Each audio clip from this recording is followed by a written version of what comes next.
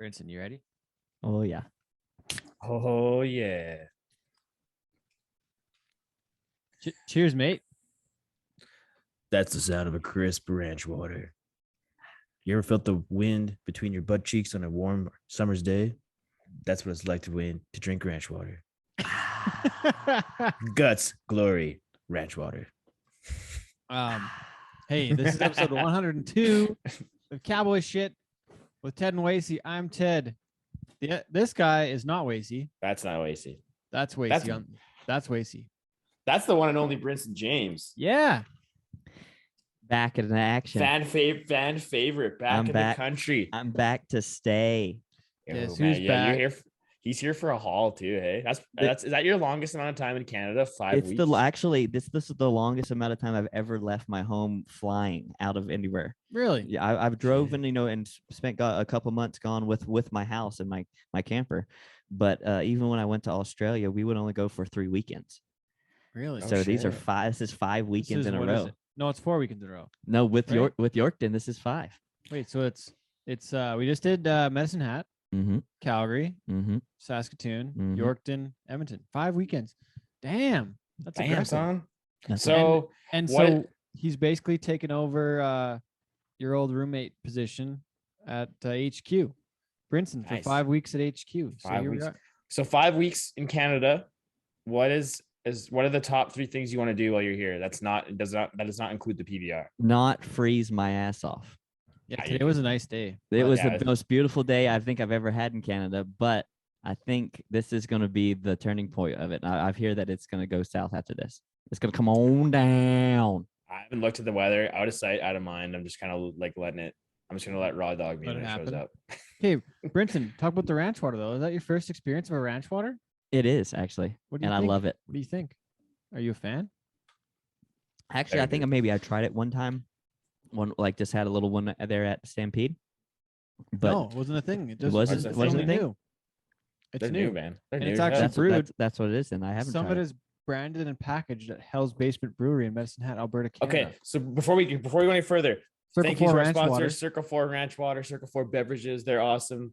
Check them out. They're at anywhere, like most liquor stores you can find them now in Alberta, especially. Yeah. I think they're in BC and Saskatchewan now. They're awesome. Circle4beveragecompany.ca. Circle4beverages.com. Ranchwater.ca. And also, we can't forget about our friends at Manscaped, because it's cuffing season.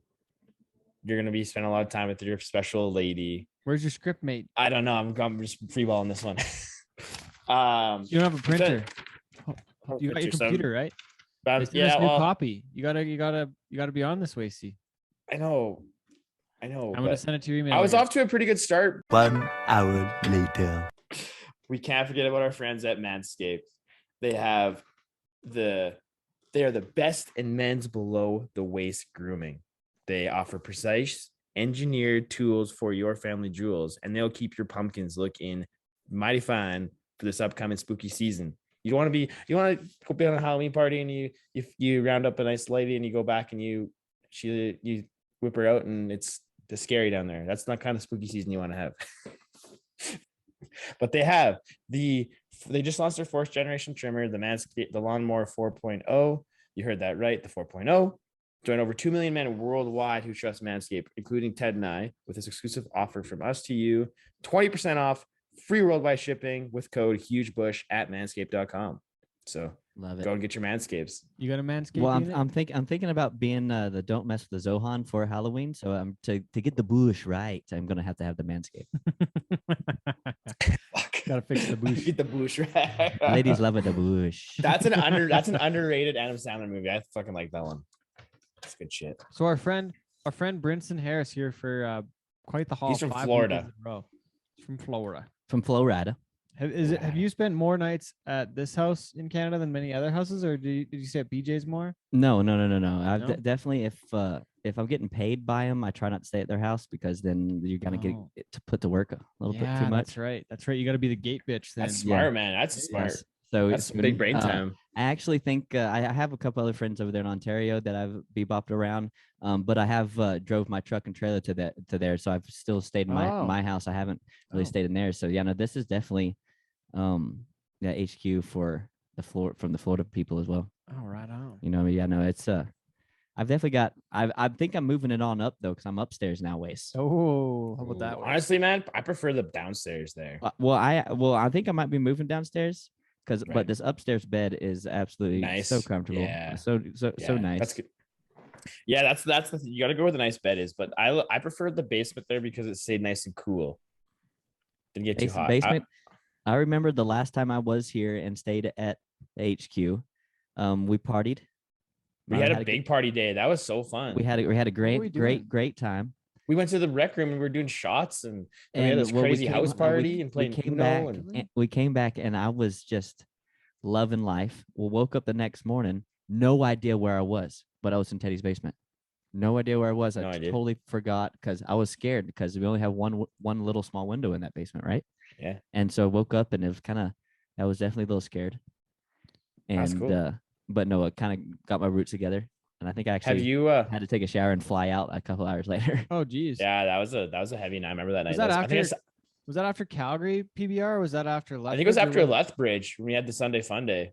Oh, that was when we did the pod. No, we didn't do the pod. That was a different time. Yeah, we did do the podcast that day. No, because that was in June. This one was in Oh, June. okay. I was looking back. So for those that don't know, Brinson Harris, one of the He's a guest of the show. What? How do I introduce you? You're the official entertainer of PBR Canada. Definitely. I can say that. Mm-hmm. One of the PBR entertainers worldwide, and do lots of big rodeos these days. For Getting sure. some new contracts coming in. Calgary Stampede, you worked last Yeah, time? Calgary Calgary Stampede Stampede. here. I'm shooting to have that all 10 days here in 2022. So it's Let's going to go. be awesome. Let's go. Yeah. But Yep. Brinson from Micanopy, Florida is the address Yep. most of the Mhm. times. Seminole Wind, based on your hometown. Heck yeah. No. Right? That's no. a fucking banger of a song. Isn't that dude. neat? All the So way good. up to make no B. Yeah. Brinson, Oh. have you been to the mountains? No. No, Really? I haven't. We have to take you up there. I have went for the Canadian downhill. Does that count as the mountains? Oh yeah, that's Okay. down. Oh yeah, yeah. I forgot about that. I forgot Forgot that you about did that. that. Yeah, Brinson spent a lot of time up here. That was so funny. How about should the have Canadian this one. downhill from the Floridian that's never been skiing? That was pretty. That was Did the you have fun? awesome. Oh no, I had a blast. I would. Yeah. I heard that it was maybe going to come around again. We might. We're working on it. We've had Working some on it, meetings. I don't working know on if it. we're gonna be able to get it together this winter or not, but might be able to drum something up still. But yeah, I'm Brinson in. Harris. He was on episode of 41 from June 19th of 2019. 41, and now we're on 102. 102, yeah. Ain't that So it's been a Buzzing. few a shows. coinkadink? That's about We're halfway. Buzzing, boys. I don't want to We're get you in buzzing. trouble like last time because last time didn't your dad give you trouble because you first thing you said you're like, yeah, I am messed up. Or like, it was something like you were hungover. And your dad was mad. He's like, you can't say that on media Yeah, no, But you no. It was, can. it was yeah, But no, you it was definitely can. well because we were or hungover. we were feeling not It too was- good. Not Yeah, it up was, to it was par. a heck Not of a up to par. time. No, but But- it was good now. I mean, we all also had a good night there in Saturday night in Medicine Hat. Medicine Hat. Yeah, good show. We're back. PBR Canada Cup Series. Zane Lambert gets the win. His second already in this fall. Really? Yeah, he's doing quite good. He's Actually, I didn't ripping. even look, but he's probably I gotta look at this here quick. He's probably the new number one in Canada, I would imagine. Oh no, well, he's not. you look that. Number Oh, he's two. not. Number two. Yeah. Dakota Butter still out in front, but it goes Dakota Zane, Cody, Coverchuck, Callum Miller, number 5, Griffin Smeltzer. How about who thinks that maybe the Aussie's gonna take a Canadian champ? Does anything Man, rumors Callum about Rad's that? good, don't dude. know. He's a hand, that guy. see. But I think that Dakota's going back to back. I would Going love to back make to back. history and watch that. I would love to be in the arena and watch history being made as the first ever, correct? Back to back. Yeah. Back to back First ever Canadian back to champ. back. Mhm. Canadian Hey, champ. man, Dakota's gonna win $100,000 that weekend. We'll count That'd it. be cool Right if here. you Heard it did. here first, man. Heard it here first. Wow. I'm calling The it, only man. Calling thing my though is shot. when I would love to see it happen. I would love to see it happen.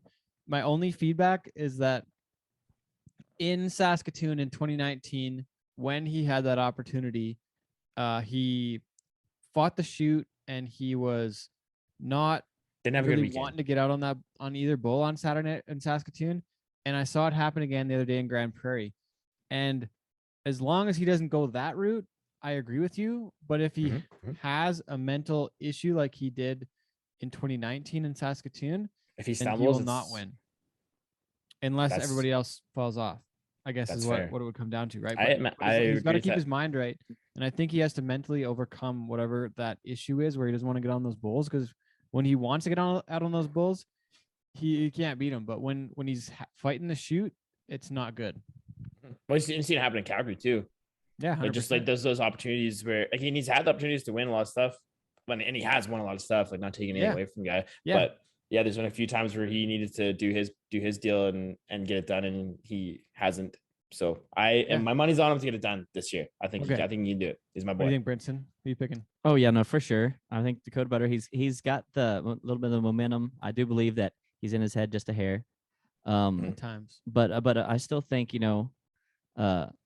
I'm just really happy to see Cody Kovalchuk back at the top again. You know what I mean? It's surprising that he took a little bit of time off, and then all of a sudden, boom, sitting 3. Hasn't missed a step, eh? No, Yeah. and just been hustling. Mm-hmm. But I'm just the top 3. I'm the super fan of Zane Lambert. I've always have been ever since I was 18 coming up here. I knew that he's the champ. Always has been. Super fan. You can never count that guy out. Oh, the only guy to make every finals, every PBR Canada finals. Only guy ever do it. Yeah, he's badass. He's Superman. I'm also curious though how many points are up at the finals, because that could change everything. If there's more points up at the finals than there were for the whole season, then it's anybody's game. So I'm interested to see what that looks like, because it could come down to whoever has the best finals. Which It'll be fun. It would kind of devalue this season if that was the case, but that's not always taken into consideration. So we'll see. But what else? We should probably talk about next up on the schedule is Calgary. Yeah, Calgary. And we have something awesome for you guys because we're the best. We have a ticket promo. You save $10 courtesy of us using promo code BOOTS on your PBR Canada Canadian Cup Series. What's the name of the Calgary event? Isn't it the something with Pendleton Whiskey Shootout? I don't know. It's at the Nutrien Western Event Center, Saturday night, 7 p.m. It's gonna be a hell of a show. October 23rd. We're gonna be there. Brinson's gonna be there. We'll be there hanging out. 100%. Come say hi to us. Yeah, Pendleton Whiskey Classic, 7 p.m. showtime. Promo code BOOTS. Promo code A little BOOTS. bit early. You can find tickets on the PBR Canada website or Ticketmaster. And yeah, promo code BOOTS. Save some cash. Come hang out. Watch the best Canadian bull riding action you could find. This whole team, or the production team, the lights, the sound, the pyro, every time we come to a different event, and I know at Calgary they're going to go full out, but the pyro and the fireworks just step it up every single time. Here recently, during the whole PBR, I'm back there getting warmed up behind the shoots right before the show, doing my whole 9, getting it all ready, and then right before the show starts, I run up the steps and I sit in the crowd to watch the opening. It's my favorite part. Mm-hmm. And at Calgary, that's where Splash Effects and the whole thing, that's where they're based out of. So they're going to bring the heat. Oh, they'll bring the heat. They're going to bring the heat. So it's going to be outstanding. That's my favorite part. They're going to blow the roof off that place. Hell yeah. It's gonna Wait, be anything else, or should we wrap it up? Go to the. I think that's good for the first part here. We'll go into our interview with Chris Lane, the CEO of Canadian Western Agribition, if you will. Thank you for listening. Again, this is Cowboy Shit with Ted and Wasey, our friend Brinson Harris joining us today. Yes, sir. Episode 102, presented by manscaped.com, circle4beverages.com. Check out the ranch water, the sweet water. Get your balls shaved. Huge bush. Promo code. Check it out. Thanks for listening. This is Cowboy Shit. See you all in a bit.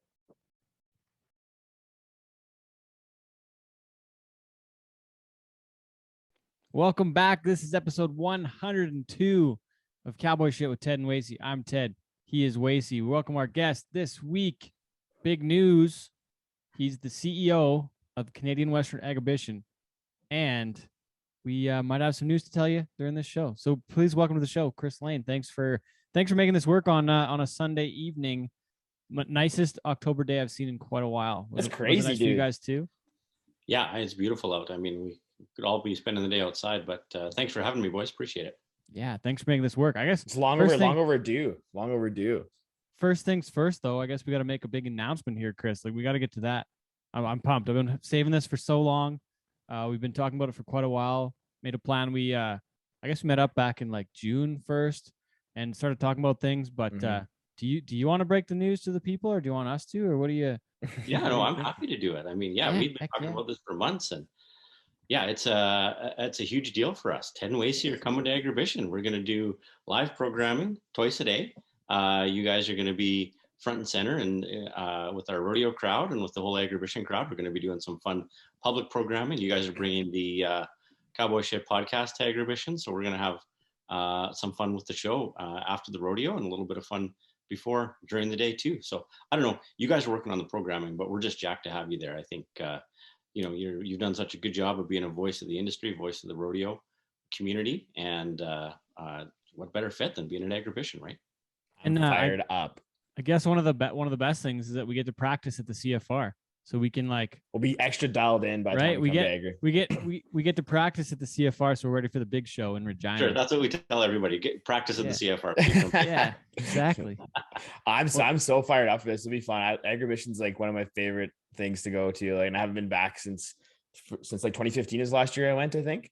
And it's gonna be so much fun to hang out there and get to see so many like old friends and all that kind of stuff and talk to some cool people. That's one of the best things about Agribition. Everybody says that about Agribition. It's they come and it's the place where they see old friends and have a party and have a great time. Wasey, you were actually in our rodeo at one point, right? I was the 2014 CCA champion bull rider. What up? It's my claim to fame. Do I have the buckle? Yeah. Yeah, hang on a second. I think I might have to introduce him as the champ every time on the show, like twice a day for 4 days in a row. I may have to introduce him as the champ. Might have to go that route. I think so. You can get custom made like WWE championship belts. Ooh. So you can get one of those. This one So this one that he has is pretty nice though. this is me. Ah, That's the Friday night perf. I won the round. I got on this bull when I was 15 and he bucked me off and I finally rode him at the finals. So it was awesome. Wait, so tell the people about the picture for those because this is a podcast. So this is a picture of me at the Friday. This is the eliminator pen round on a bull called Good as Gold. One of Jimmy Lawrence's old bulls. What does he look like? What color He's are a your big shaps? yellow bull. Two like, really long pointy horns on the side. I got my green chaps on because green's the color of money. And your little and your helmet too. Helmeted up. Helmeted up. Right? I think I threw my helmet so far across the arena that night because it's like I think there's only 2 people to stay on that day, and I was one of the last guys out. And I rode this bull, and I said I've been on him once before, and he kicked my ass. And I was so like pumped to get some payback on him in that arena. And then I was the only person to ride 4 out of 5 bulls that week, so that was pretty cool. My dad was awesome. At the Saturday night round. I had to stay on to have a chance to win it. My dad was so nervous he left the building. And this is my buckle I won. Oh, that looks sharp. That's nice Montana Silversmith one. Yeah. Hey. Yeah. Montana. So that was cool. That's so Agribition holds a very special place in my heart. I think my favorite part of the entire week, Wasey, was on the way back in Medicine Hat. Our championship party. Yeah. So Teddy and I traveled together out there, and we're coming back, and I'm fired up. I just won, had a sweet saddle, new buckle, won a bunch of money, and Ted was fired up for me. So he's like, man, we should stay at the Medicine Hat Lodge tonight. It's like I know some people from there. Like he had like some hookups or something. So we got a room and went and gambled and had a nice dinner and water slided and celebrated the championship the right way. It was so fun. That's an awesome story, you guys. Oh man, it was good, dude. That's like the highlight of my rodeo career for sure. But that was such a cool week. I had a bunch of family in town, and the company I worked on the rigs for, they're out of Pilot Butte. So a bunch of them came down. They'd sponsor me every year. I'd work for them, so they got to come down and watch me win that night. And a bunch of people who kind of followed me the whole way. It was fun. It was fun to compete in front of some people from home. I never had to do much of that over my throughout my rodeo career. So it's fun to have people from hometown and my family and everybody there. It was pretty wild. What's it like? Would I get back on? Yeah. Ted Keenan and I have talked a bit about doing like a unfinished business cowboy shit to show the people that we're actually cows. There's been a lot of people on social media being like, "Oh, you guys aren't actually cowboys," but it's like, yeah, we are. So we got it. There's something in the works. I don't know. Part of me really wants to do it because I miss it lots and I love it, but I also don't want to hurt myself because that's why I had to quit. So it's kind of like 50-50, I'd say, but it'd be fun to do it again. But it was, Agribition was cool because I rode there in 2008 in the junior bull riding too. So it was fun to have been around Agribition a long time. We had a trade show booth there too for 2 years because I had a small business when I was in high school. We sold t-shirts and stuff, and we were actually the first people to sell that Say I Won't brand in Canada. We were like we're the official wholesalers for them in Canada. So that was pretty cool. So we had a couple boosted up there. My mom used to make like custom made wild rags, and yeah. So Oh wow! So I've been all amongst over it. Agribition, yeah. Yeah, exactly. So that's, again, like I said before, I'm so stoked to go back and bring this to it, and again see some people and share some stories. It's gonna be such a fun week. And you're a Sasky too, right? Yeah.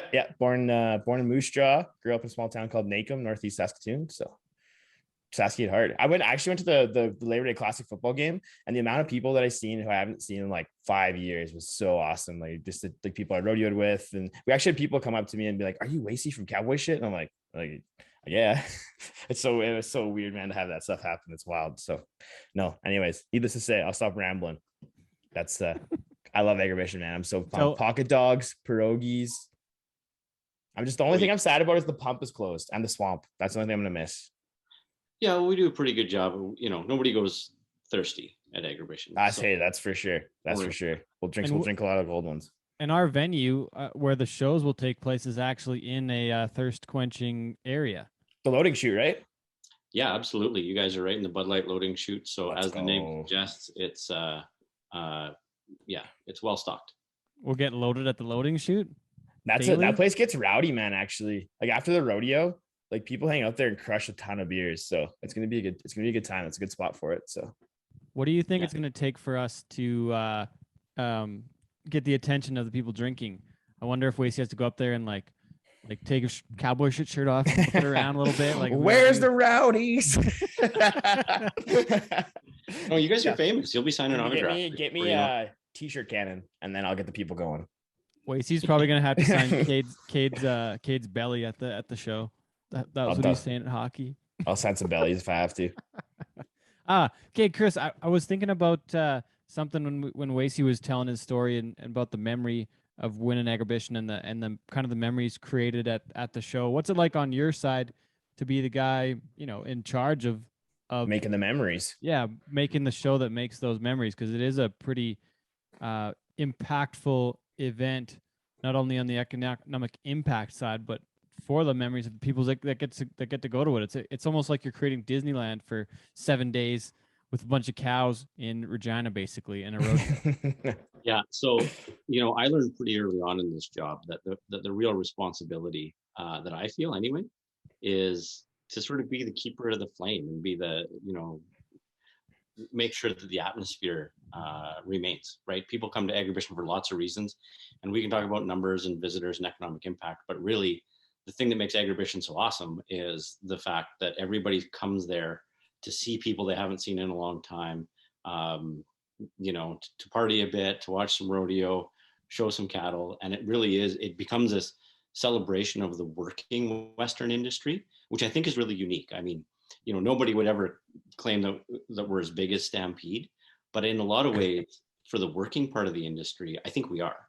Mm-hmm. These are, this is real, ranch and cattle work and livestock producers and all of that stuff that gets done in Agribition. So we become, I would say, like a working holiday for probably most of the industry in Western Canada. And that's special. And that's something that I inherited in this job as something that's really important to keep going. So almost everything we do is built around how do we maintain, retain, build that atmosphere. Well, some people don't realize how big Agribition is. Like, it's one of the largest agricultural shows in North America. Correct me if I'm wrong there, but people come from all over the world to see what's going on there. And again, like you said, people make trips out of it. They'll come down for 3 or 4 days, do all their Christmas shopping, and go to all the shows throughout the day, the rodeo, whatever it may be. Like it's quite the experience for people. Yeah, it's become, I think, a significant event on the calendar, again, in our industry. And you're right, for a number of different reasons. We're one of the largest indoor trade shows in Canada. We're one of the best attended, top paying rodeos in Canada. I would argue, and not only because I am at Agribition, but what I've learned over the course of the last 5 years here is that Agribition is the single most important show in the cattle world. certainly in Canada, Mhm. arguably in North America. And I would say we are top 5 in the world. And I don't say that again with any amount of exaggeration. I only learned that by being in this job and going. One of the coolest experiences in this role that I have is to travel around a bit and do market development work in other countries on behalf of our exhibitors.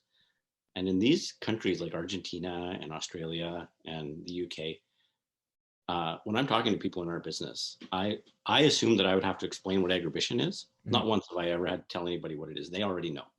That's And I cool. think that's a very cool brand umbrella that exists around the world for what we do. And so when you have that, it's really easy to get people excited about being here. And so they'll do some work because it's important to their business, but really they get to spend a bunch of days, having fun and being immersed in a bit of a party atmosphere around it too. Go on. You had a question, Ted? You going? I was waiting on you. Oh no, it's got so obviously like going into this year, there's been some hurdles and stuff to jump over. Like so now that it's getting closer and things are happening, like what are you looking forward to most heading into the 2021 version of Agribition? Yeah. Agribition. So yeah. Our unofficial name. Yeah, no question. I mean, 2020 canceling the show, that was a heartbreaker. Like that stung on a lot of levels. I think not only for us, but for people who. It's tough on the industry too, right? Like you said, it's such a pivotal event. Like it was kind of dead. It kind of everybody felt the hit of not having it. Yeah, so that was a hard one. We took some time to sort of get over it and get through that. But then really, like, when it became time to talk about coming back, everybody was there. Everybody was jacked up, ready to do it. We knew that there was really, someone else was going to have to tell us we couldn't. Mm-hmm. We weren't entertaining the fact that we weren't going to go. So in some ways, it's like, you don't always know what you have until it's gone. And I think in the agribition community, it's been here for 50 years. It left a bit of a hole. Mm-hmm. So everybody, yeah, like I said, is really excited, really jacked up about it. And, whatever we've been through in the last year, I think is being overtaken by the excitement about what's to come here in just a few weeks. So, we got over 1,200 head of cattle entered, 2,500 head of livestock. It's going to be a show. And you got 2 guys of the podcast coming. That's the best part. There is a lot of cowboy shit that goes on at Agribition. I think one of the things I'll tell you guys in this job is that there's like an entire apparatus of infrastructure that basically keeps all that cowboy shit that happens at Agribition kind of off my desk, or like, there's lots of it that doesn't get up to the office. I'm fine with that. I think that, I told everybody once, like, if I don't know about it, I don't have to do anything about it. So, not to encourage any bad behavior or anything, but like I said, Agribition is about the atmosphere and people feeling a bit, be able to unwind after a long So year. If we're not hearing from you during the week, we're doing a good job. Yeah, that's right. If I'm sitting leaning against the rail watching you guys all the time, we might have to have a chat. But I'm pretty sure. Something just popped in my head. Since you've been CEO, has there been any like crazy show steer animal escapes? Like I know one year at the Calgary Stampede, when my dad was competing at it, they had a show steer get out and just running up on the stairs of the Saddle Dome and like going all like terrorizing everything. So I just wonder if there's anything. Yeah, so I'll tell you guys a story. So my first year, and anybody who takes this job, like, we don't know what's happening the first year. We just don't know. You're just kind of along for the ride. Anyway, first day of my first show, and I get a call at about 6 a.m. that says, there's a bull that got out. Oh no. And for anybody who doesn't know, Agribition is in the middle of Regina. Yeah, not in the heart of the city. Yeah, stockyards. We take basically the exhibition grounds and a bunch of convention center space and turn it into a barn. So anyway, I was like, nah, this is like a hazing. You're screwing. There's no way. There's messing with you. Yeah. So I refused to believe it for like the first 15 minutes. I'm like, guys, get out of my office. We got like, no, this is actually really a problem. And so they bring in like one of our walkie-talkies. We've got all of our crew have walkie-talkies, and they say, just listen. So they turn it up, and sure as shit, half our guys are out chasing an escaped 2-year-old bull down like a main street in China. Down Albert Street. Yeah, down Dudney Avenue. And And this goes on and on for a bit until I can start to hear sirens over the radio. Uh-oh. Then you can hear this cop chatter around. They're trying to like corral this thing with cop cars. And then we hear that like they're getting ready to unholster some guns on this thing. Oh They're gonna no. shoot a cow. Yeah. And so thankfully our guys sort of get there in time and get them blocked off in a schoolyard, no less. Well, school is about to start. Holy. And get them sort of roped and dragged and hauled into a trailer. But that was day one of my first show. and then of course we have daily media briefings, and so everybody in the media was asking about this. That's all anybody talked about at Agribition for the first 2 days of my first show was this escape bowl. Oh wow. And people still think that was a publicity stunt, like we did that on purpose so that we'd get in the news. Oh, But I was terrified that we were gonna, have some Law and Order shootout with this. Imagine that, yeah. hey? Just like Yeah, popping bull. off the 2-year-old man. bull. Oh, Yeah. wow. So anyway, yes. So stuff like that does happen. That's Hey, awesome.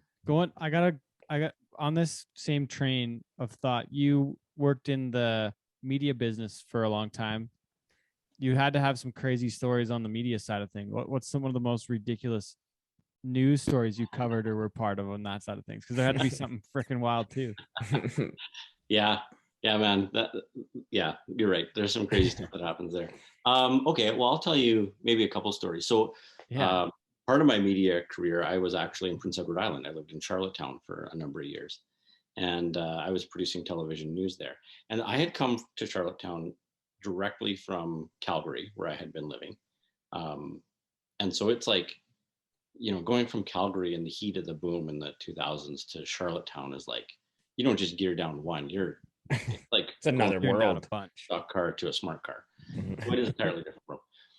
So I remember one of the stories that we were doing was at PI at that time, it was illegal to have aluminum cans. Everything was glass bottles. There was no aluminum cans on the island. When was this? This would have been like 2006 or 7, something like that. Okay. And so everything was in these really like quaint glass bottles. It was like being in the 1950s. And I think it's because they had a glass bottling plant there. So they were like protecting the local industry. But anyway, so because you couldn't get cans on Prince Edward Island, it was like a super contraband thing to go get people to bootleg canned Aluminum prohibition in Moncton, because Moncton was right across the bridge. Anyway, everybody kind of knew this was low key going on, but one day we got a call in the newsroom about a tip that there was a aluminum can bust happening in this town called Kensington. And what happened was the guy who ran the convenience store in this town had been like importing canned pop from Moncton and sort of selling it under the table. And the RCs roll in with like the whole 9 yards, like it's a bust. And they do this whole show and tell, like they march this guy out and they do this evidence thing of all these like cans of pop. And like, that was the good police for the day. Like, you Wow. say, because you don't want to get your Mountain Dew in a can. That's dangerous. Oh, that's so funny. So, I could go on about, kind of the Holy. education of the way of life on that island in the media. But that was one that really struck me. I'm like, are we really doing a news story on So you showed So up. most towns have like a big drug bust or something, and they're just getting busted for aluminum cans in Aluminum Charlottetown. Yeah, it was such a PEI story. What were the Yeah. charges against the perpetrator in this instance? Well, there was some like violating the can ban had its own specific charge. But I tend to think, and don't quote me on this because it's been a long time, but I think he got like some sort of smuggling rap or whatever. What? That's wild. That's Yeah. insane. That'd have been sweet. That'd have been made for good headlines. I'd like to seen it. Aluminum Oh, can. and this bust other at time we did a Kensington. story on a seal that was like he was like trekking from one side of the island to the other, like crossing oceans. And so he was just like flipping his way down the highway, and that in itself was a news story. So, some of the stuff that made the news in PEI was Life moves pretty slow over there.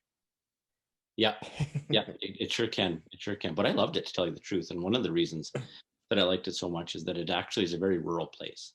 Mhm. So agriculture and those kind of values and that kind of work is really on display, and it's really quite celebrated there. So, I love seeing that just in a different aspect.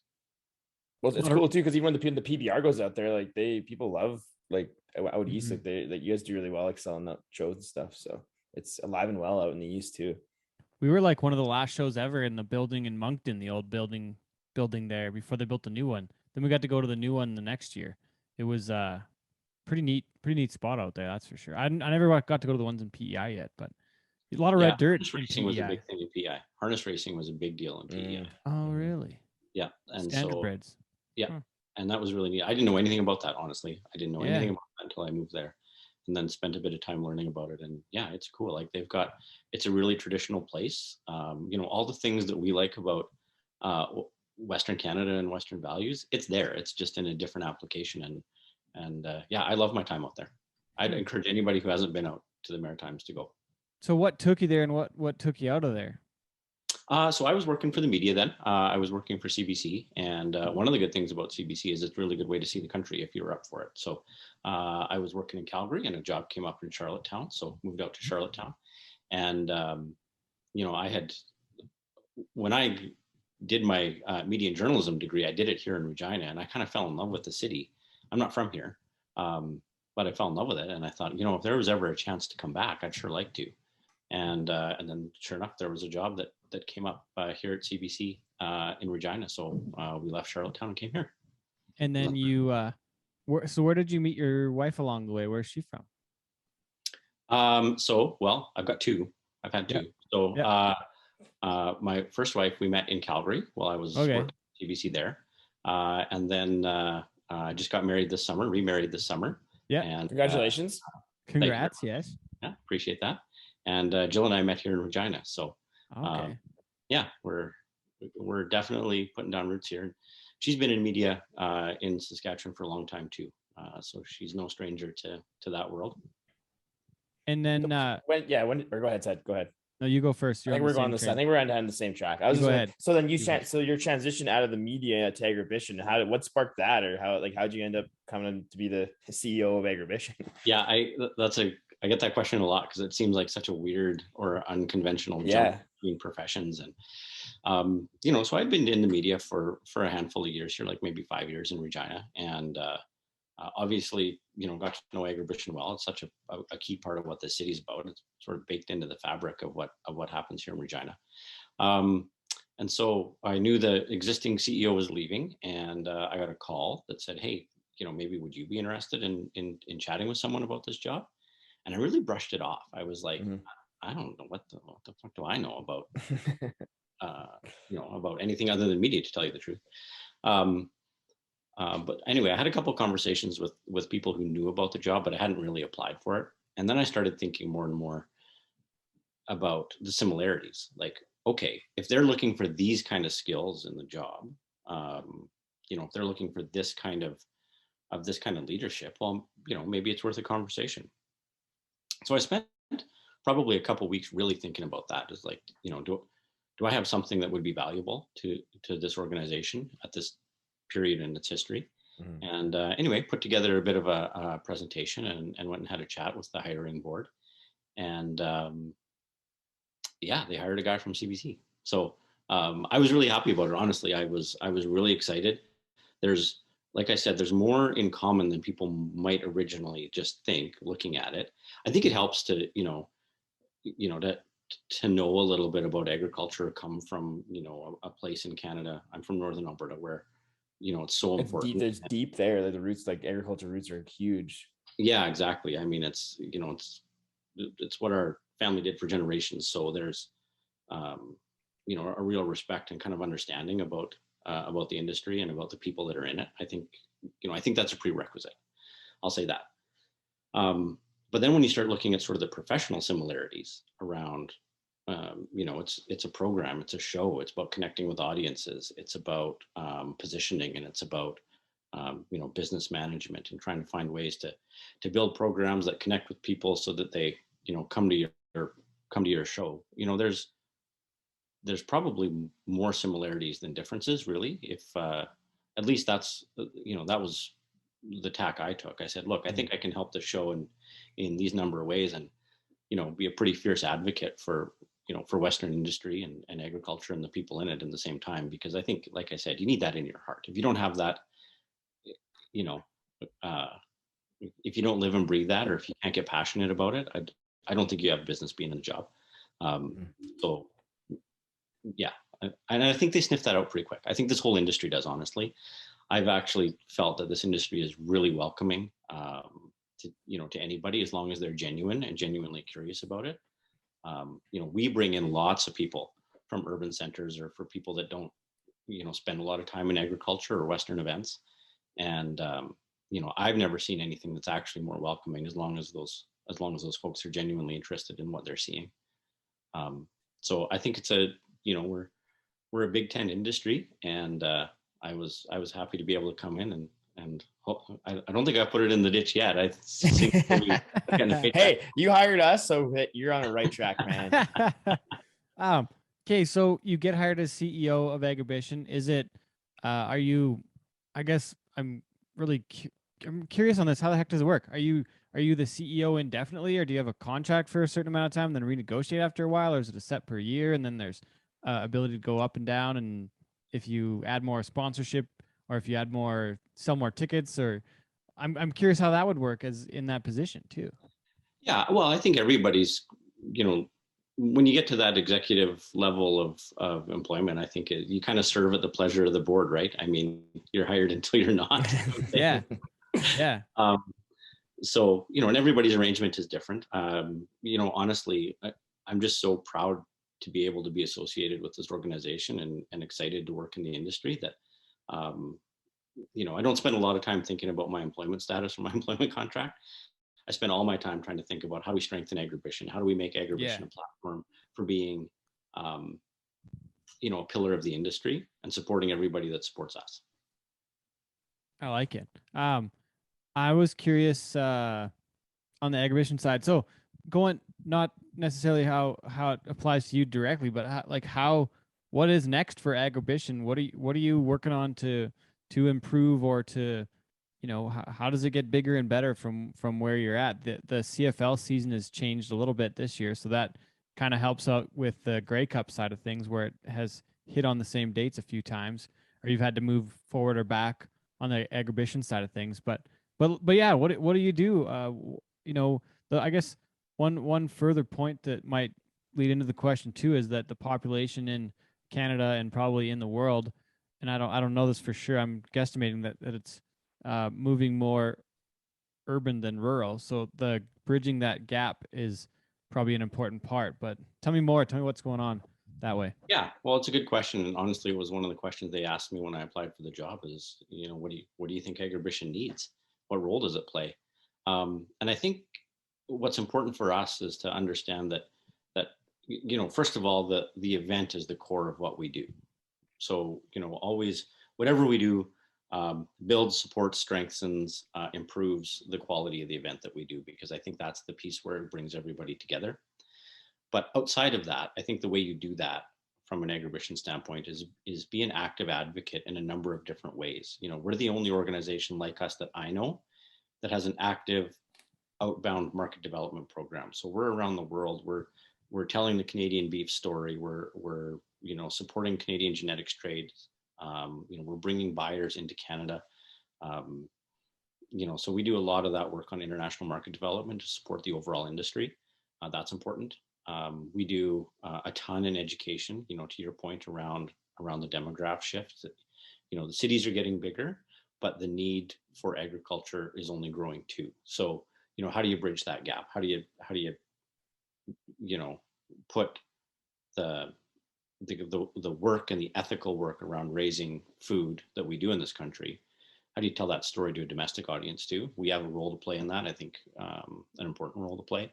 And then things like mentorship. We started a mentorship program a few years ago in partnership with the government here, because we saw a need to connect up and comers in our industry and young people to make sure that they stay in the industry, connect them with people that can encourage them along that way. So that's been a success for us too.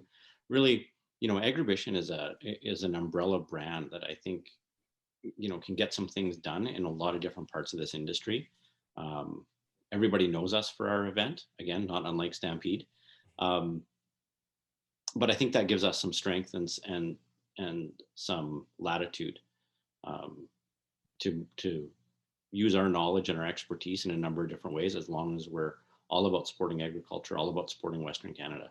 And I think that's something we're really proud to do. So anytime that there's an opportunity to do that, I think you'll see Agribition consider it to be more than the 6-day event, and to have our brand and have our expertise active in a number of different ways in the industry. That was a good answer. That was a really good answer, man. We're already on the schedule. I'm looking at the Agribition schedule. What? Here. We are? Yeah, Agribition Live with Ted and Wasey, 12 what? to 1. It's official. 12 to 1 daily. Just for those curious, 12 p.m. to 1 p.m. daily at the loading chute. Get yourself a lunch, barley sandwich for lunch. Come check out the live show. We're gonna have I think our bar's open at 11. So because we understand that people are in different time zones, and the Agribition Paralyzer is the famous drink of Agribition. So good. And so good. you know, that can shake off the night before pretty good. Not that I would encourage any risky behavior, but if you needed something milk-based in the morning, that'll do it. So get this, guys. So we sell 13,000 paralyzers over 6 days a day. Oh my God, that's a lot of milk. Jeez. Yeah. So one time I was walking in the back of the kitchen before Agribition, like the week before, and the kitchen staff were going crazy because the Dairyland milk guys were dropping off all the milk for these paralyzers that were ordered, and they didn't know. They hadn't been through an Agribition. They're like, they thought the was wrong. They're trying to send it all back. The supervisor was like, no, we need that. We need this milk. Yeah. How many people on the park per day? It's 120,000. So is it 20,000 people per day on the grounds? Yeah, well, it doesn't, it's not spread out evenly. Like our attendance curve, it kind of goes like this through the week. So it kind of like a hockey stick a bit. Okay. So Thursday, Friday, Saturday are the busiest days, and it's a little bit more elbow room at the beginning of the week.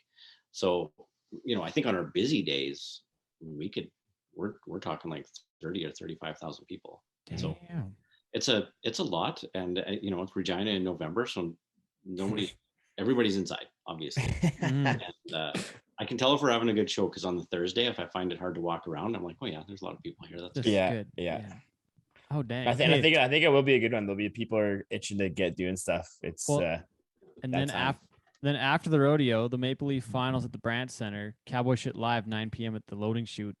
It goes from Agribition Live at noon. Man. We gotta keep it PG in the daytime, and then 9 p.m. the kids are all gone, right? So then we have like an adult-ish show. Cowboy Shit Live, 9 p.m. Cowboy Shit After Dark. Yeah, I don't think I want to see what you're thinking about there, but I'll. Oh man. Yeah, it'll be fun, you guys. I'm excited for it. I think you guys working on some programming. Who's coming on the show? Oh yeah, we cannot disclose much of that information yet, but we for sure have Quick Dick McDick will be making an appearance. He'll be on the show. Yeah, we've got him. We're working on a few other guests. I've talked to a couple folks. I don't have a ton of firm answers yet. It's pretty far. I guess it's 33 days from today's air date of the show, so it's coming up quite quickly. But we're gonna we got some stuff in the pipe. It's gonna be deadly. Yeah, we're gonna have. Who would you like to be on the show, Chris? Maybe that's a better question. Do you want to be on the show? You guys can fill it with better people than me. Let's see. You know who's coming to the show? Actually, Brett Wilson is going to be here in person. Really, Brett Wilson? You said? Yeah. Oh, okay. Nice. That'll be good. You might need to get connected with him to bring him on the show. Yeah, he would be a good interview, I would say. He's always interesting. Is that how you became a Nashville Predators fan? No, that's a coincidence. If he asked us, yes. No, honestly, I just went to Nashville and I loved it so much. I was like, you know what? This is a good town. I like it here. I'm a fan of anything that happens in Nashville, I think. Somebody told me that we should take Cowboy Shit, the merchandise, to Dragon's Den. So maybe we can do a live pitch on Agribition Live. Yeah, sure. Investors, possibly you. Possibly you. Cowboy Shit worldwide, wide. Oh, dear. Oh, okay, Chris.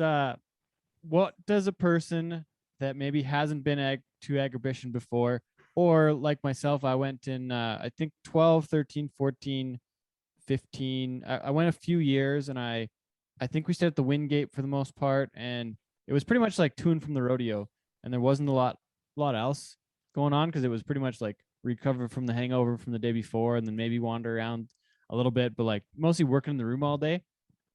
What do I have to experience this year that maybe I didn't in previous years? What do I got to see for somebody that has even been there before? Where's that? And then we'll go back to the noobs Yeah, sure. further I think, along here. I think no matter if you've been there or not before, I really think it's worth spending some time walking the barns and actually sitting in on one of those purebred cow shows. Like those animals are tanks. It is impressive to see the the quality of those cattle. Like even if you don't really know what you're looking at necessarily, you can tell you're looking at something that's high end. I tell people all the time that if Agribition was a car dealership, the only cars we'd have on the lot would be Lamborghinis. So that gives you a sense of the quality of what's in those barns, and it's just it's incredible. And the people that are there, the exhibitors, amazing people, interesting, passionate, all that stuff. Like you could kill days just walking those barns and looking at the different breeds, and then watching them in the show ring and kind of getting into how that competition works. I think it's a really unique thing, and it's easy to get passionate about. So that would be my number one recommendation. How We gotta get Ted to groom a show steer at Agribition. I think that'd be good content. I would be a fish out of water. I wouldn't know what to do. It'd be awesome. It'd be bad. You know what surprised me is the amount of like grooming supplies. It's crazy. Really?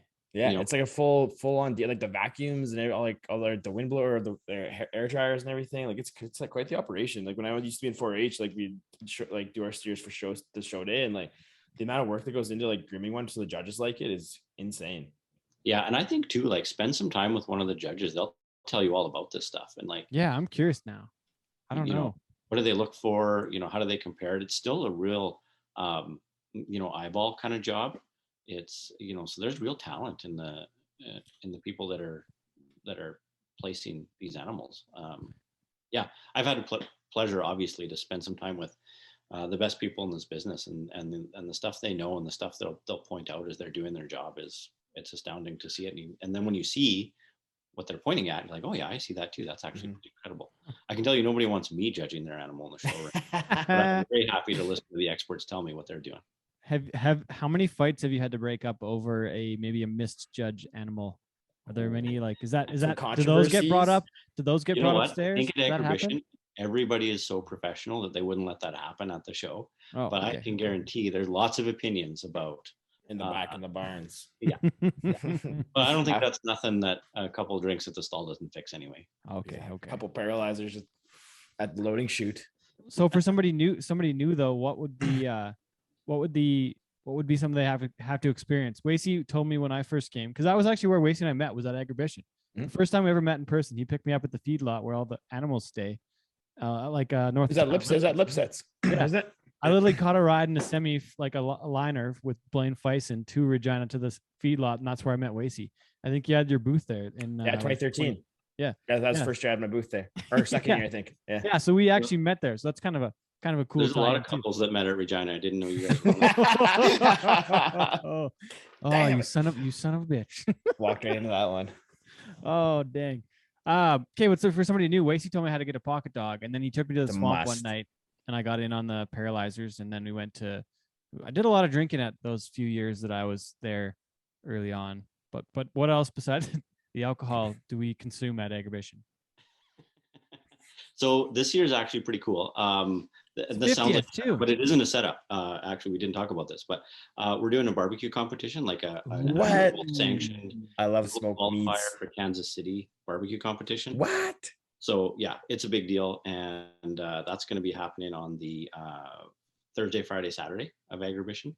So that's exciting because that was, I always wanted to do and add something like that. I spent a lot of time in the southern U.S. and I love it down there, and that's a big part of that of what that region is about. I said, there's nothing actually a better thematic fit for Agribition than doing a class barbecue competition. So we're going to do one. So we've got, I think, over a dozen teams signed up by now that are coming all over Canada. and they're going to compete, and the winners get to go to the Worlds of Kansas City. So Is it throughout the week, or is it just one day, or how does that look? Thursday, Friday, Saturday. I think the big judging day is Saturday. So I think the way these and I'm learning a lot about this as we build this program, but I think the big judging day is Saturday. They spend most of Friday prepping and cooking. They'll do some public stuff like, tips and tricks and recipes and things like that, and then actually submit their stuff for judging. So that's a cool thing. This is how dumb I was about this. I thought, hey, wouldn't it be cool if we like gave them a secret ingredient and they had to like make their that? And these guys are like, no, we're not doing that. This is the real deal. Like this is for the Worlds, man. Yeah, I'm not, putting some dumb candy that you came up with in my ribs. Like, what are you, an idiot? So anyway, I learned that Pop Rocks secret ingredient. Yeah, that's right. I'm not interested in that, as they shouldn't be. So anyway, we're excited about that. But so if you're new though, the other thing that is kind of a must are the mini donuts. And I think that's at every fair, every exhibition. There's no rodeo that's not better with mini donuts in your hand. So it's true. That too. Is there stuff going on in the Brand Center throughout the day? Like I know there's been mounted shooting and jousting in the past. Oh yeah, we've got a full schedule, daytime programming. So that stuff is free with your ticket when you get there.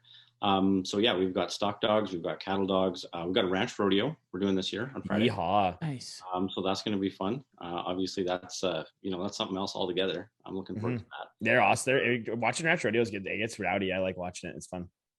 Yeah, like those guys are tough. Like there's pretty much an exhibition I wouldn't do or couldn't do, but especially that stuff. Are they doing like the ranch bronc riding and the wild cow milk and stuff with it? Yeah. Nice. So that'll be something to see for sure. Yeah. We got jousting on Tuesday. I don't know if you guys ever saw that, but I saw them last time there because the year that I won was the year that they were jousting there. Those guys were funny. Yeah, they haven't been around for a few years, so we're gonna bring them back this year, and they're gonna do they're gonna add sword fighting into the mix here, so like knights in armor sword fighting. Not super Western, but it's a super fun event to cool watch. Yeah And they really hit each other. Like there's no fake in that one. Do you want to joust, Ted, or what? Haul one guy to the hospital behind egg. Really? Yeah, we had to cart him out there. Shit. Yeah. And like those guys, they're not in the best shape, those guys. Yeah, I like them. I'd like to spend more time with them to figure out sort of what makes them tick, because I'm pretty sure it's not what makes me tick. No, I don't want to get jabbed with a wooden stick. Yeah, like you pretty much know you're getting concussed every time. Oh man. So it's legit. It's not a show at all. Like they literally actually joust. Yeah, it's real. Absolute 100% contact. And I would this whole podcast is about me being surprised at my own job, but I was surprised at honestly the force of the impact. That first year I saw those guys do that, I'm like, we're gonna kill one of these guys. But no, they know what they're doing. They're professional stuntmen, so they're not. Okay, so they're not amateurs. But they know what's going on. That's so wild, man.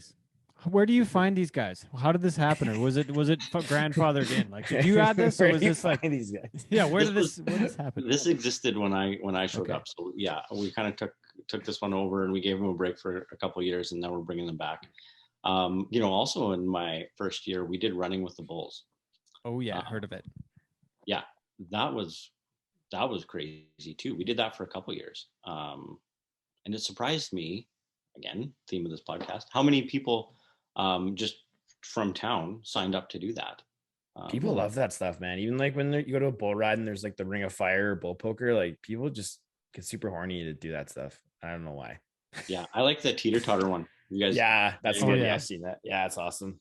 When I went to college in Texas, I went to Ranger. We used to go down to Stephenville every Wednesday. They had a thing called the Buck and Duck. So it was a team roping and a bull riding every Wednesday, and they'd have bull games. So like they put like the one game, it was bull soccer. So like you have to get the bull to chase you through a made up goal. And the other one, they tape $100 bills to the tips of the horns of these bulls, or they put $50 bills in big stick steers, like it was like a bunch of drunk college students. So like we wanted cash. So everybody would play these crazy bull games, but they had the teeter totter there one time. It was wild, man. It was so crazy. Yeah. There's a lot of creativity around that. Yeah. One of the places that I've been to a few times is Houston for their rodeo. It's awesome. A level event there. But I love the calf scramble they do with kids. I don't know if you guys have seen that. Oh yeah, 100%. Oh, It's awesome. And they're like high school kids. They're not little kids. They're high school kids, right? Yeah. And Yeah. it's like, that comes after the bulls at the rodeo. And everybody's like, that's what they want to see. Gets people going. It's like the wild pony race in Stampede. People love watching. Like the people That's from true. town, like they love watching the wild pony race. Why did you get rid of the running of the bulls? Was there an incident, or was there a liability insurance issue, or Well, I mean, there's always yes to both of those, but that wasn't the reason we got rid of it. We just cycle stuff out all the time. Like I'm open to it coming back. But one of the things at Agribition, whenever we talk about it, when it's Agribition season, everybody wants to know what's new at Agribition. So that's true. It's pretty important on those kind of programs to give them a break once in a while, or cycle them out, or come up with something new. Not because we don't want them here, just because sometimes you need a little bit of variety. You don't want to. I think it's a dangerous thing in the event business to do something that is just the same every year. You always kind of even when you talk about Stampede or K Days, it's always about the new food that's there and things like that. So there is an element of variety that people are looking for. So we're always looking for things that we could add to the show. So you said cycle things out. So that's why we only got a 1-year contract, I guess. Try it out. It's a professional show me contract. Wait, 1 year, prove your worth. Is there something that you haven't tried yet at Agribition that you would like to try event wise, or something you've seen somewhere else that you think would be a good fit that you'd like to try? Yeah, that's a good question. That's a really good question. Well, the staff are tired of me talking about that calf scramble, because I think we could do a good one. So that's one that I would love to be able to put in at Agribition. And I think it's a 4-H fundraiser, and it's all for the right reasons. Good stuff. Yeah. Yeah. That's pretty fun. We talked about having a bullfighters event at Agribition, to kind of complement what goes on in the rodeo. So yeah, we got a list of things that I think if the timing was right, we'd be interested in looking at what we could add. I think our challenge is that we do 106 different events over 6 days. So like the schedule is full, as it should be. But anytime we want to add something, we want to make sure that it's not taking away from something else. The minute that you're making people choose to go to this part of the show or this part of the show, you have to be really cautious that you're actually bringing new people in. You're not asking the same people to sort of divide their attention. So those are some of the questions we ask ourselves around programming. How do you put your own stamp on Agribition as the CEO, or is that not really a goal? Are you more so, like you said before, and maybe I'm answering my own question here, but is it more so about the event overall? Is there any part of it personally that you want to put your own stamp on this and look back someday and have the legacy, like, yeah, I helped do this at this show, like it, because it is a major part of this industry in the country. It is the largest in many categories. It's hiring us, Ted. That's a stamp. I brought those guys to Agribition. That's right. That's if I can go down in history as the CEO did that, I'll be happy. Yeah. No, but to be serious, I'm not interested in, like, I don't need anything to be sort of like tied to Chris Lane's time at Agribition. I think I'll be most proud if the event and the organization becomes more important, if it occupies a bigger space, if it hosts increasingly important conversations about agriculture and Western entertainment and Western values in the country. And those are hard things to measure, I know, but I think about that stuff every day. Are we building the sustainability of this organization? Are we making sure that it's going to be around for another 50 years? Are we doing things that make sure that the generation of kids now will grow up and bring their kids to Agribition?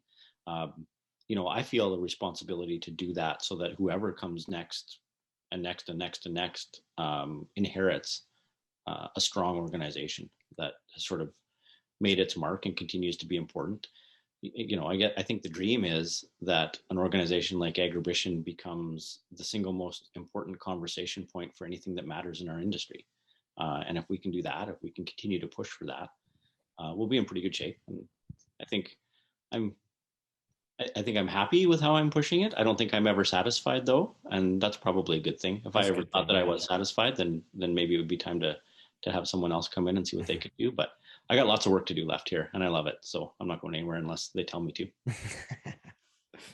I want to get. Sorry, go ahead. Go Wes. ahead. Go, no, Ted, you go, man. Is it the same thing or a different topic? I 'Cause don't got a know. different topic. I was gonna go back to an old topic with a new question, but I can Okay, ask go it ahead. later. You go first. So like, you mentioned like creating those moments and that kind of stuff. Like that's what you strive for. What has been like your favorite moment as CEO, or your proudest moment, even, I guess you could say?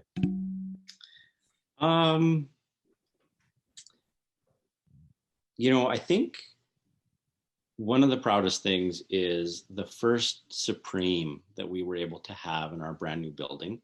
So I came into this job where, Agribition was in a real crisis before me around, around facilities and buildings. The show had outgrown it. It was, the buildings were ridiculously decrepit. And the people who were before me did a lot of work to get a deal done on a new building, but it wasn't built yet.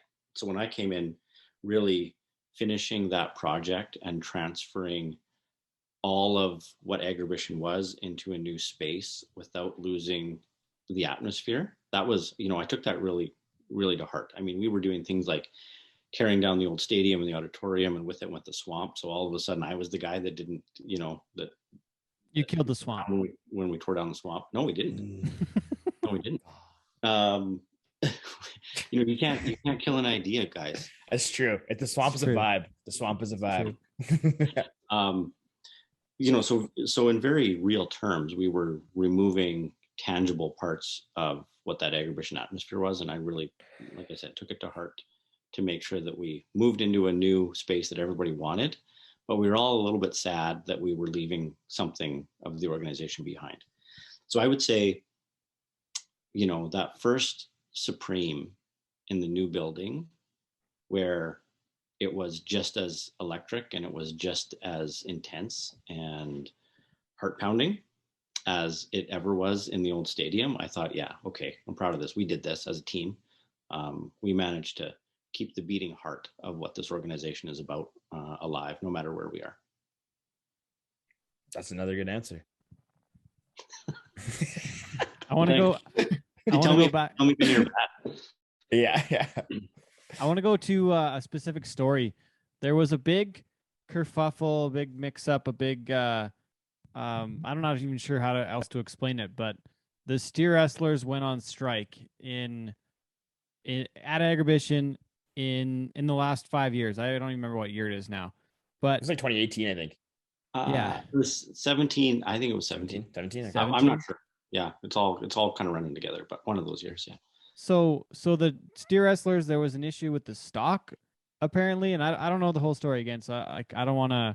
I'm sure somebody will send me a note afterwards and say that I told the story wrong, but there was an issue with stock in my recollection, and the steer wrestlers, except for Travis Rie and Morgan Grant, decided not to go to Agribition. What was that issue like on your end, Chris, and what did you know about it? What happened? What was the fallout? I know that you were not very happy with the CPRA after, which I can completely understand. And them being the sanctioning body, it's tough for them too, because they're not really the producers, where you're the rodeo producer and then you have to rely on them for contestants and they don't deliver.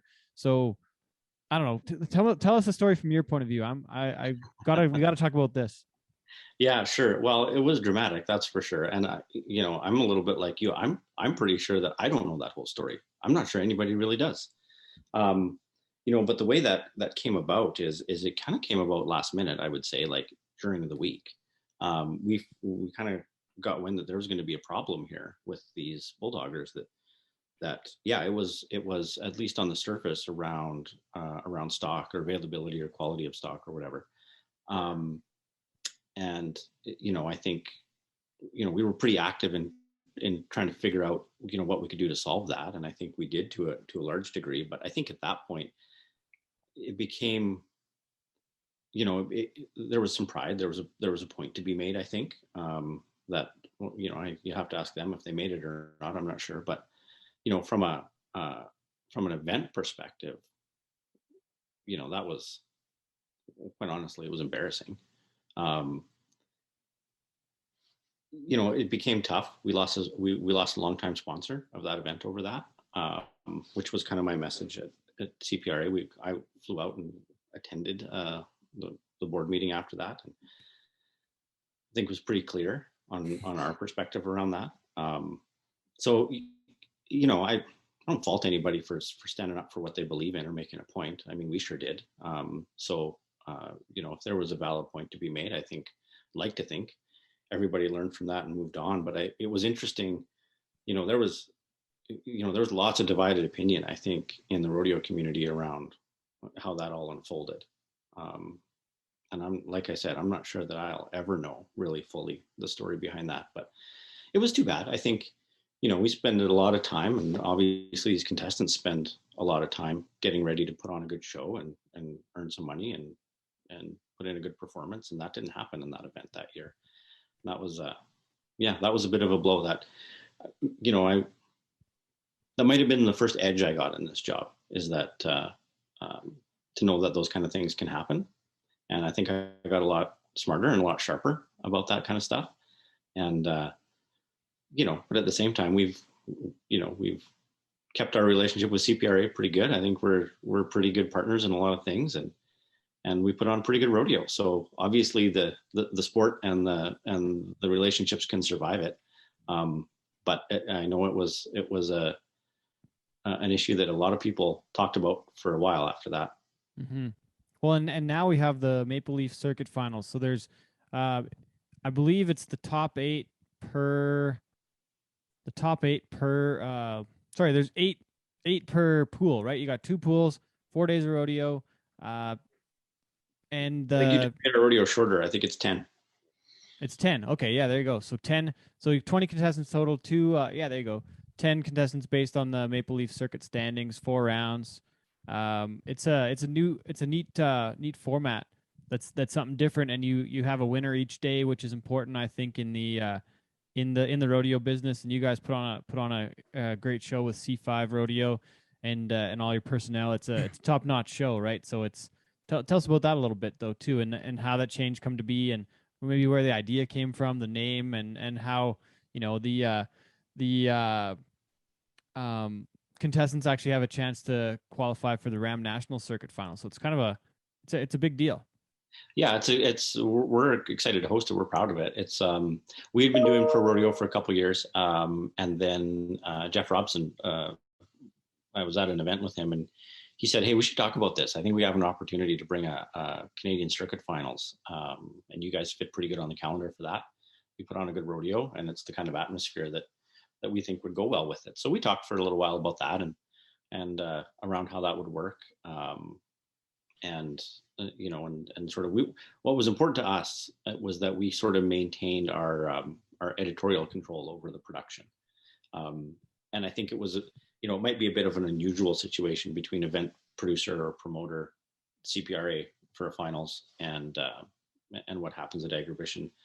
But like I said, we're really good partners with those guys. So we were able to come to a deal here about how this would work. And yeah, we're really happy with it. I think it's an exciting rodeo. It's, top guys, good stock. And I think everybody competing to get to the Ram Nationals is pretty fun too. And we take it really seriously around the production value of that rodeo. We know that we're an entertainment buy for a lot of the urban ticket buyers here. So it has to be a good time, even if you don't really know what you're watching in some cases. And I think that's important for the sport, right? I think that's important for any sport. At some point, you have to get people in the door, and they become fans once they're in, and they have a good time and they see a good production. But we think that we're sort of a gateway drug for rodeo, because it's a fun building to be in, and the production's good. And then when you leave, you're a fan of the sport if you weren't when you walked in. So I think that's pretty important. You've got $15,000 added in the breakaway roping. That's going to be one of the bigger pots in the breakaway side of things in the entire country. Yeah, well, that comes from the association, and again, this is the first time we're going to have breakaway at our event. We're happy to add it, that's for sure. We were set to have it in 2022, 2020 also, I should say. So we were kind of. I thought I'd actually give you clarify that because I was confused. So again, that was one of the things we were really disappointed not to be able to do last year. So I don't know, when I watch that event, I like it, and I think it's going to be a crowd favorite too. For our crowd, it'll be a lot of fun. What is your favorite rodeo event? That's going to get me in trouble, you guys. Gotta answer. I don't think so. Why would it get you in trouble? Steer wrestling? What? You're allowed to have a favorite. No. I might like the big one. I might like the bulls at the end. I think that's fun. That's intense. And there's, What up? I like the pyro in it, like from the base entertainment value. I love it, but also, I get pretty good seats at the rodeo, so I get to be up close, and man, those animals are impressive, and those cowboys, they're something else too. The amount of punishment that you guys put your bodies through to do that is, that's amazing. I don't think you really understand it from section 207 at the end. You kind of got to be down there to really You get to get down there and see some of it. It's a whole new experience and stuff for people. Yeah, that's for sure. The intensity of watching those cowboys when they get on and get roped in, and it's just like, oh shit, this is, yeah, it's crazy. Sport in the world. Two more questions here. Where can Wasey and I watch the rodeo from? Curious. I think you guys will be right there. I would imagine if Yeah? you're going to talk about it, you probably got to have pretty good seats. So Okay, sweet. I can make just some. thought I should I ask. can make some TikToks. Some exhibition rodeo TikToks? Content guy.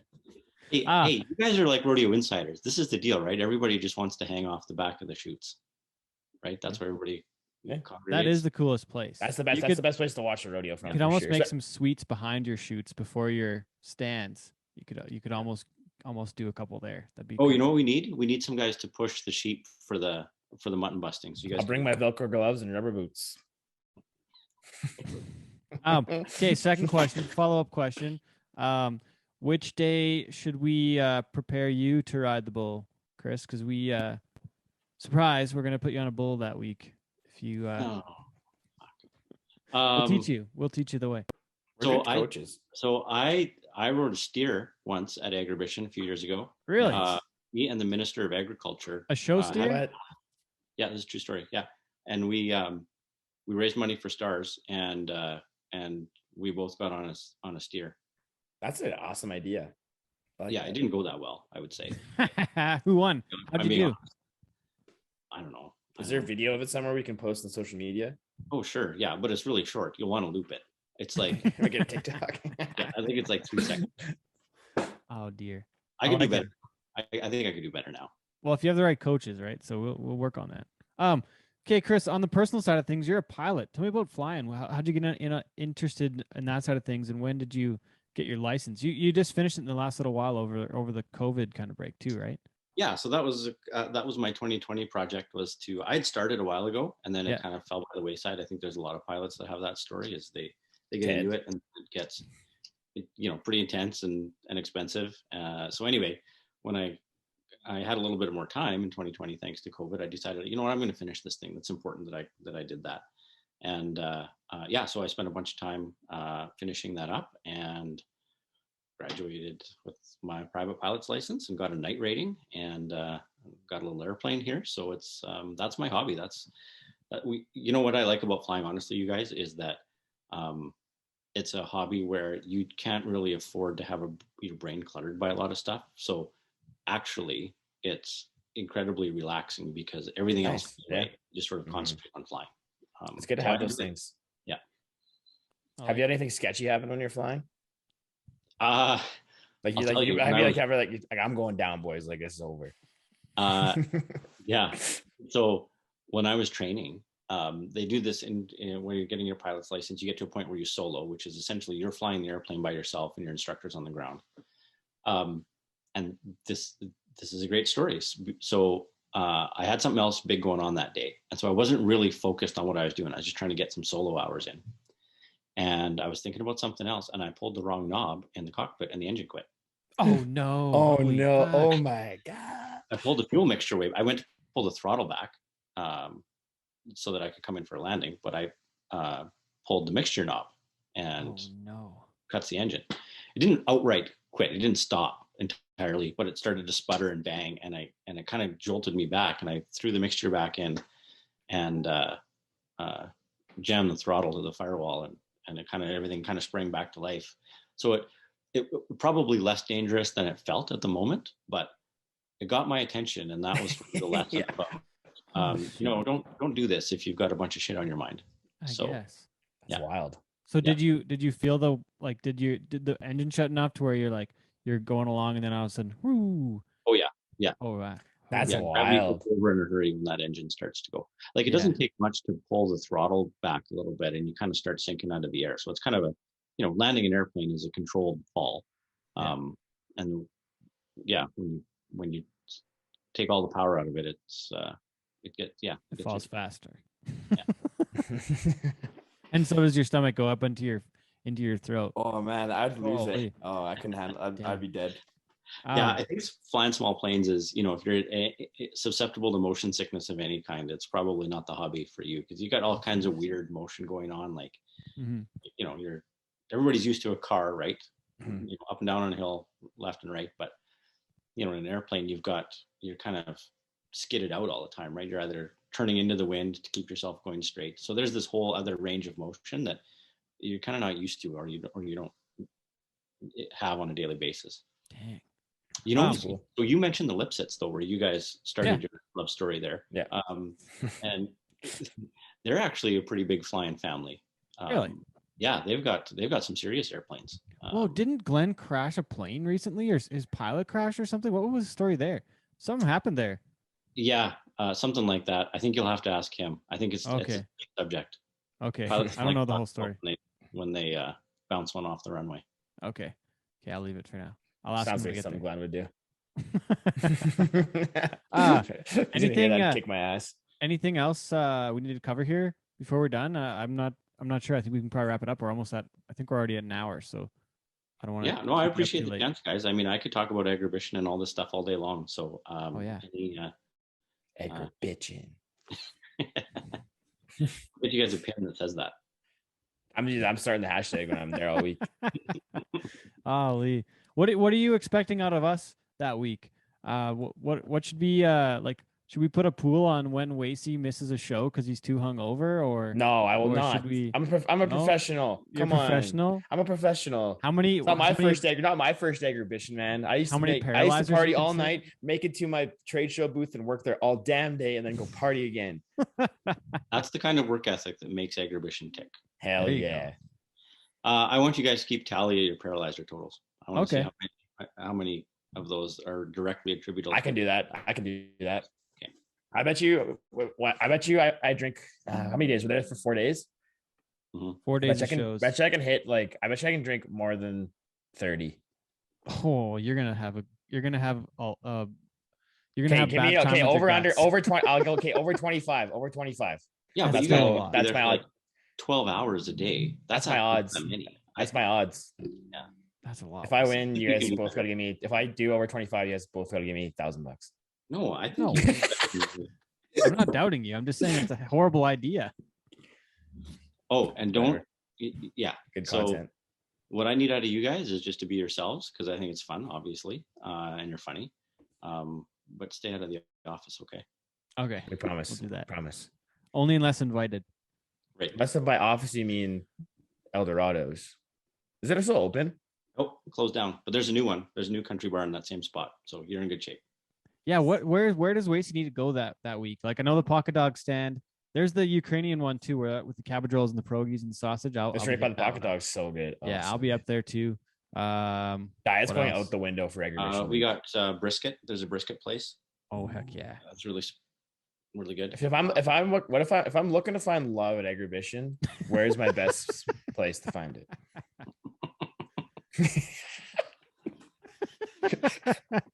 Anywhere after midnight. Oh, all right. Really? Is there a sanctioned place where this happens? Like No. on I don't on know. site? Because it used to be Bud the Light? pump. Yeah, This Bud is Light. not a question the for Bud the Light CEO. loading He doesn't street? know this stuff.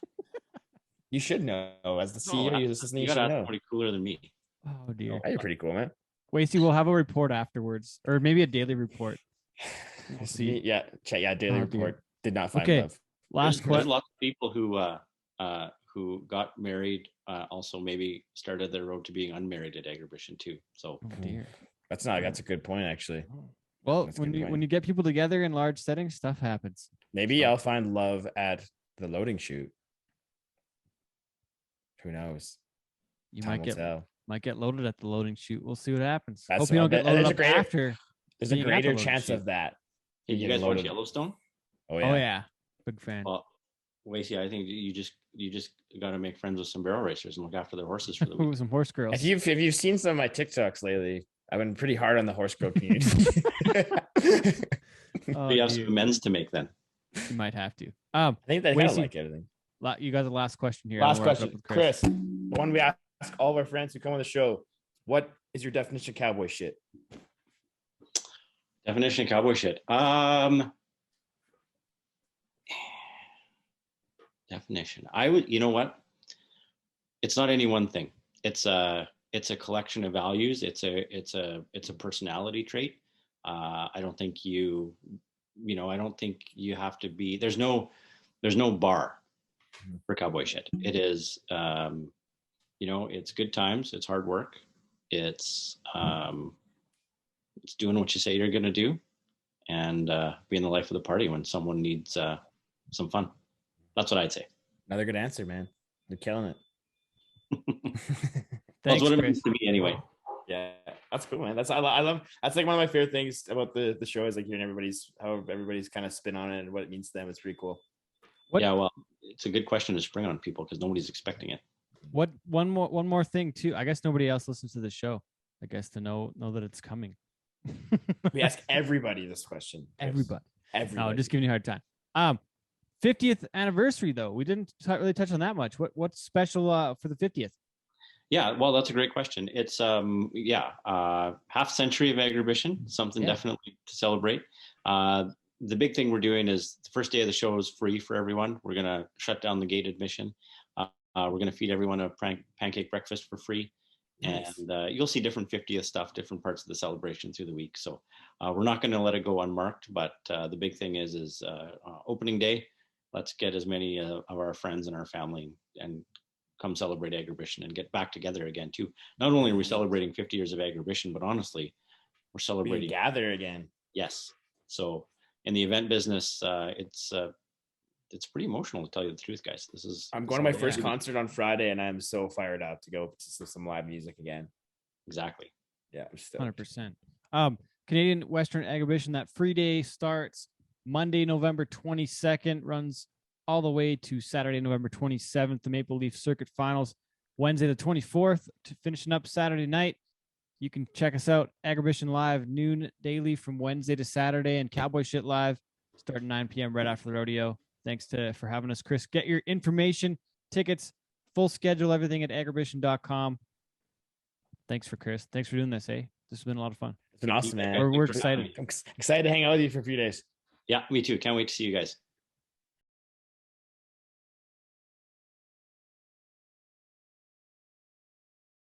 Thanks again to Chris Lane for joining us in episode 102. It's going to be a heck of a fun time, the Agribition this year, Wace. I'm pumped. Agribition, man. I'm so stoked to head back there. Like I mentioned talking to Chris, it's Agribition has a special place in my heart. So it's gonna be fun to get back there and see some old friends and do what we do. It'd be cool to share that. Shows. Yeah, something new for us. Yeah, it's good stuff. So I'm excited. me too, brother. Moving Oh, good on, product placement. our next show is going to be at Canadian Finals Rodeo, CFR Red Deer. We're going to do We're a in it. live version of Cowboy Shit as well. Going to do some I'm going to do some work on the buckle presentations as well with our friend Doug Young. Going to be a fun week in Red Man, Deer. I'm stoked that he got the CFR. That's so me cool. too. Man, I I'm a- love Doug. He's the I man. think I was almost more pumped when he got Calgary because it was like a little more I was on his birthday. last and minute. like, His birthday was pretty special. and he absolutely crushed that day too. Oh, That was like hell that yeah. was Doug at his best. It was so It good. was so cool.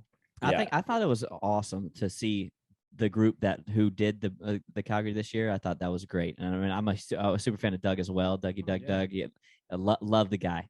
But yeah, no, I thought the whole group right there. I thought they did great. And it's almost some similar group headed to CFR, right? Yeah, I Yeah. think just no entertainer though. Right. Yeah. No, they got the They're taking the entertainment out of the CFR. Just Well, there's- rodeo. it's Fun. rodeo's entertainment. I know. I'm just kidding. I'm just messing around. Yeah. No. Well, he's still. I'm sure he's still going to be there. The clown of the year, clown of Canada. That's Dennis. Dennis Halstead. Any of I'm the sure he's gonna rodeo be there. clown? I would imagine he'd be there. I don't know. He might be on strike. Might not be there. I'm not sure. I think I'm going to be Can't Dennis. tell. I think I'm going to be Dennis Halstead for Halloween. I'm surprised Dennis still That'd won be a- Entertainer of the Year after attending the Bowdoin Lockdown Rodeo. I thought there Yeah. might be a little red flag on the old rodeo Well, clown who else was passport, there? but Who else was there to like? Who else? I don't know. Like not trying to say. Just Oh, like who anyways. else was? Yeah. Yeah. Anyways. Who else fit the criteria. moving on. Anyways, moving on. CFR, we're gonna be there. It's gonna be awesome. Yeah. We're Come fired check us up out. for it. Yeah, come say 3:30 hi. p.m. daily. Man, we're taking Cowboy shit on the road here in the next couple We months. are. It's final season, man. We're going Hashtag. bolo ties and sport coats, man. for the Bolo ties fall. and sports coach. That's the that's the theme of the fall. That's the fall. I love it. I love it. That's the fall. We so also- yeah, So got some we new got merch on the some- line too. Got some new merch, man. It's cool. Yeah. You and Storm killed it on New the design of the hats and everything as per usual. The new shirts. Beautiful. Seen these. beautiful. 80s vibe there. Yeah, so we got lots of cool stuff. We got coffee, Cowboy Shit coffee. It's We got it live. from your uncle. Brewed by my uncle. We're not brewed. Is it roasted ethically by my uncle. sourced? Are the Yes. beans ethically Yes. sourced? I saw Kobe's messages. I was Did gonna you notice? cuss him out. Well, I don't know. I think he was mostly joking, but not You sure. fucking bitch, Kobe. Calling you out, Yeah. bro. Check it all though. Check it all That's out. my though. uncle. That's my Cowboy Shit- uncle. Cowboyshit.ca. Get yourself some new merch in numerous stores now. What else, Brinson? Or the basement, whichever one you want to do. Or the basement. Yeah, there's a lot of merch in the basement. Yeah, come by the house. Come by the house. Come have a ranch water and That's we'll it. eat Yeah. some Yeah. Cowboy We got lots of cool stuff happening this fall. We're excited to share Yeah. some new stuff with us. Check us out on the social medias. Yeah. Cowboy Shit Official, TikTok, Instagram, Facebook, Twitter, all yeah. the Get all out the to the shit. events. Come Yeah, see get to the Brinson and I events. at the PBRs. Or yeah, or just come visit. Come hang see out us. with Come us. to HQ. Come hang out. We got Prince is here for 5 weeks. We've got what do we got? We talked about the schedule a little bit, but PBR Canada, Calgary, Alberta on the Canada Cup Series, October 23rd, Saturday night. Then we go to Saskatoon on the 29th and 30th. Then we move over. Have a little to- Halloween party after. Yeah, afterwards. at the PBR on branch. Saturday Wait, night, You I want to think come so. with us to Saskatoon, and we'll party at the branch on Saturday night? You want to just come along with us? When are you guys leaving? We got to leave Thursday, but if you want to just fly over, we'll drive you back with us Sunday. I'll figure it out. I'd like to come Okay. to Saskatoon. Yeah, we'll Toontown's my- always I like- amazing. I'd like to go see my brother. Because my brother's going. I'd like to go hang out with him. yeah, come and see us if you want. Come along with us even if you want. Heck yeah! After Saskatoon, I kind of want to. Yeah, I'm just you gonna should. go up to Yorkton. You're headed to CFR.